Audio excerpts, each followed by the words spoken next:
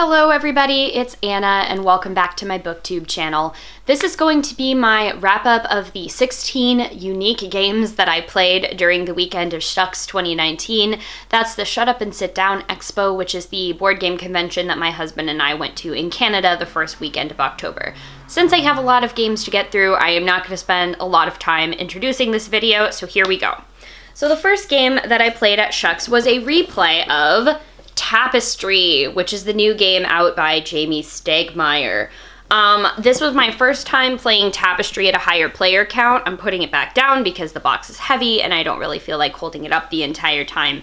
And I feel like many of my same criticisms with the game still stand. I think that it really works as a more abstract game with a civilization theme slapped onto it rather than an actual civilization game proper. And I also still get really weirded out by the fact that you can develop different technologies totally out of order of the way that it would happen in real life. So you could do things like have interstellar travel without anything like lithium-ion batteries, or you could go invent penicillin before you discover how to make the wheel. And the anachrony of that just kind of bothers me a little bit. Maybe that's me being a little bit too pedantic, but it is what it is.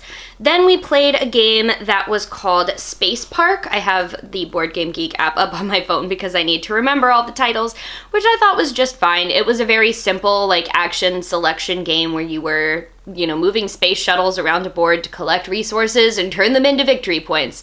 It was very simple, fine, ultimately kind of forgettable. That same day, I also tried out the Root RPG for the first time, which is a not yet released RPG. It's currently on Kickstarter, and it is set in the world of the board game Root, which we also played. So I've got the box here in case you want the visual reminder of what it's like, but this was the unreleased RPG that all of our characters in our scenario were basically just like terrible rogues and scoundrels, so we had like an entire outlaw rogue style party, and it was really fun. We had an excellent GM, and getting to meet other people that were really excited about RPGs, again, I always super enjoy that. Like, it's pretty easy, at least where I am located, to find people excited about Dungeons and Dragons, but I love other RPGs too, so it was great to get to try out a new one that hasn't even been released yet. Then we played 2 more games that day. One of them was called Herbaceous. This is a trick-taking game for 2 to 4 players, and instead of trick-taking normal suits of cards, your suits of cards are just different herbs and plants that you're taking and putting into pots. I don't think the game was much fun as a 2-player game. I think it would be a lot more fun if you played the teams version at 4 players, but just based off of my first impression of it, I probably wouldn't play it again just because there are other games I want to play more. But it was fine, and the artwork was really cute if you like little drawings of plants and putting herbs in pots and things like that. Maybe this is the game for you. Then the last game is one that we played a couple of times over the course of the weekend that I am so excited for, and that is Blood on the Clock Tower. It is a hidden roles social deduction game that has not been released yet. But damn, I can't wait until it is, because this game was the most fun of that type of game that I had. There are multiple different versions of the game, but we just played the basic version that the designer was demoing at conventions. So at the beginning of the game, you have a person who is called the storyteller, and they know who everybody else is. The only problem is that they're dead. They've fallen from a high tower and gotten impaled on the hands of the clock tower, and everyone else is left trying to figure out who murdered the storyteller. If you're thinking that this is starting to sound a little bit like Werewolf or Mafia or one of those other games, and you're worried that you won't like it because you don't like those other games, hang in there. I was worried about that too. But the thing that makes this game truly interesting is the fact that it isn't just the entire town of good people versus the one bad guy. In the size of the game that we played, there was always the demon who kills people, and then they had a minion who had a different hidden power as well, whose job is to help the demon stay undercover, keep the demon alive, and if the demon dies, the minion will become the new demon. Then there's the townsfolk, some of whom are good and have awesome powers and want to catch the bad guys, some of whom are like outsiders to the town and have slightly less good powers and are basically there to make the game more confusing. One of my favorite mechanics in this game was the character of the drunk. The drunk character does not know that they're drunk. They think that their ability as a character is working just fine.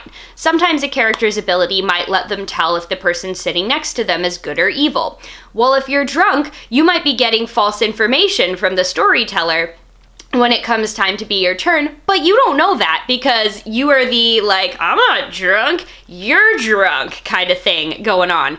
And so that made our game really interesting because as you are playing as the good townspeople trying to figure out who the demon is and get them killed, your own townspeople are in some ways working against your best interests sometimes. So yeah, all good wins if you are able to find out who the demon is and drive them back to hell, and if everybody in the town or some other characters die, then evil wins.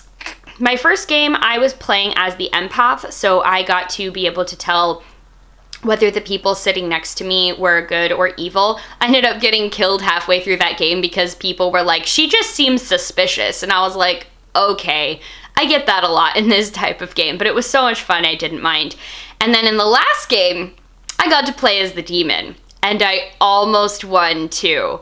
I literally only lost because I had made a promise to my husband, because the previous game, I had voted for him to be killed early on in the game, and I said, fine, I'm sorry I voted to kill you, even though you weren't the bad guy I thought you were.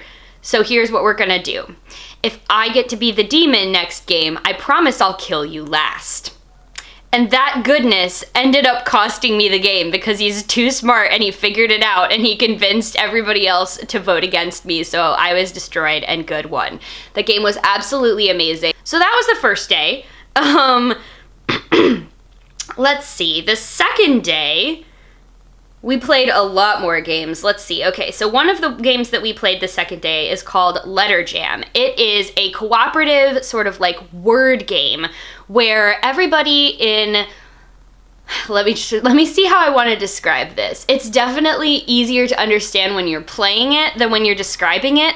Also, when we were learning how to play this game, I was so tired that it was basically as if I was drunk, so I spelled out a word, forgot what that word was, and then realized I had misspelled it. So I kind of ruined the game for everyone because I was so tired that I couldn't spell anymore, which is a little bit of a shame because the whole point of this game is that you can see everyone else's letters but your own. So everybody takes turns giving clues of how to make words with the letters that they can see. They can see the other player's letters, they can see some dummy letters that are in common, that are just like there to help with clues, and then they can see a wild letter that they can use for any letter. So they're trying to spell out words, being able to see everybody's letters except their own. And as you keep going around and doing that, seeing everyone's letters except your own, because of the way that like word frequencies work and words work, because words work, you're able to basically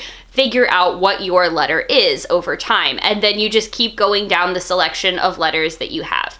In order to win the game, you have to guess what all of your letters are, flip them over, and then unscramble them to spell a word. It doesn't matter whether it's the word that the person originally gave you or it's just any word at all. As long as you can still spell a word with all the letters that you've guessed, you can win the game. Again, I feel like I really want to play this game again to get a good handle on how I feel about it because I was so tired. Like, we ended up just going straight back to the hotel and I passed out for like an hour and a half taking a nap in the middle of the day. But I really did enjoy it, and I think it's a wonderful game to play with like a good group of people. I think it's really a very brainy game to play. It could be really useful too if you are, trying to teach people how to be better at spelling. And if you're not very good at spelling, there's even little like barcode type things across the top of all of the letter cards that you can scan into an app, and the app will basically make the different anagrams of the word for you. So if you're really stumped trying to come up with a word for Letter Jam, you don't have to. There's an app for that. Okay, The next game that we played that day was Silk, which was a competitive game about being a little farmer farming silkworms. It was amazing. We played this with a dad and his daughter that had traveled all the way from Singapore to get to the convention. This game is really, really adorable. Basically, as you play, you are shepherding around your silkworms to the best pastures so that they can graze and give you more points, because the more food they have, the more silk they can produce. There's also a really interesting sort of like movement mechanic to it, where you have a couple pieces that can bump other pieces around, so you're basically moving your pieces and other people's pieces indirectly. Plus there's a monster that's going around the board that's like trying to eat up people's silkworms to take away points from you, but you can use your dog to like shove other people's worms into the monster's face. It was really interesting. I enjoyed that a lot. Let's see. Then we played a game that was called Space Base. Again, this was a game that ultimately was like, it was fine. I don't know that I'm like dying to play it again necessarily, but essentially it is a game where you roll dice, and depending on the added value of the 2 dice, you get to take certain actions on a player board in front of you. They're all things like gain money, gain points, you know, and then whoever gets the most points by the end of the game wins. I did think that this game was kind of not greatly balanced the first game that we played, because I ended up beating my husband. Like, I was the highest scoring person, and I think I scored like 43, and he was the lowest scoring in a 4-player game, and he scored 0. Like, poor guy did not even score a single victory point at the end. So there are definitely ways in which the randomness of the cards could mean that you have a game where if you don't build your engine properly, or if other people take all of those engine building cards before you can get to them, you end up scoring nothing at all in a game. And that's just kind of a bummer. Like, nobody wants to be that out of the competition of a game. It's just not fun. So the game was fine. I would play it again, but I'm not, you know, dying to. Gonna take a quick tea break, because all this talking is drying my throat out. It's also making me want to play more games, surprising no one.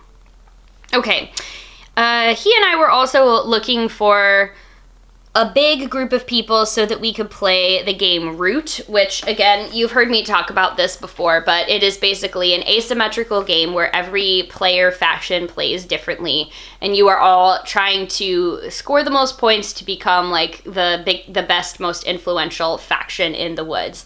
I adore this game. I think that like this playing Root at SHUX was one of my favorite board gaming experiences of this year.